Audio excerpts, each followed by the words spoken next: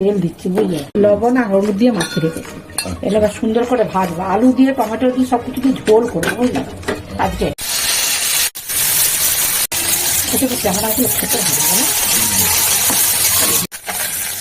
বেশি ট্যাংরা ঝোল করে দেবো টমেটো দিয়ে বুঝলে। দিয়ে দিলাম, হ্যাঁ পেঁয়াজ কুচি আর কাঁচা লঙ্কা কুচি দিয়ে দিচ্ছি,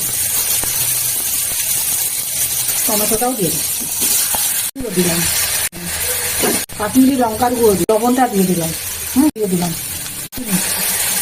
দিয়ে দিচ্ছি, দিয়ে দেবো বুঝলে।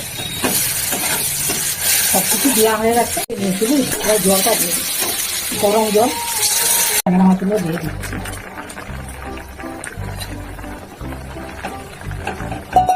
রসুন টুসুন দিইনি বুঝলে, শুধু ইয়ে দিয়ে করেছি, পেঁয়াজ কাঁচা লঙ্কা টমেটো হালকা পাতলা করেছি। পেটের পক্ষেও ভালো আর খেতেও কিন্তু খুব সুস্বাদু হয় বুঝলে। তোমার ঝোল কম।